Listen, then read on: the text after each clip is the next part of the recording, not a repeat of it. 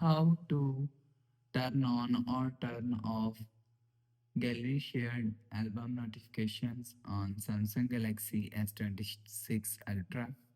So let's start the video. First of all, go to app library. Now here, so click on gallery app. Now here, so click on menu. So after click on menu, click on settings.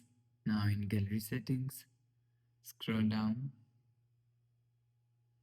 and you will see share album notification is here. So if you want to turn off share album notifications, so turn off this button. So after turn off this button, you will see shared album notifications is turn off.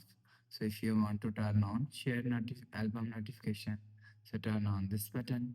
So after turn on this button, you will see shared album notification is turn on. So you will turn on or turn off shared album notifications from here. So after the process, go back to home screen, refresh phone. So that's how you can turn on or turn off gallery shared album notification on Samsung Galaxy S26 Ultra. So if you like the video, please subscribe. Thanks for watching.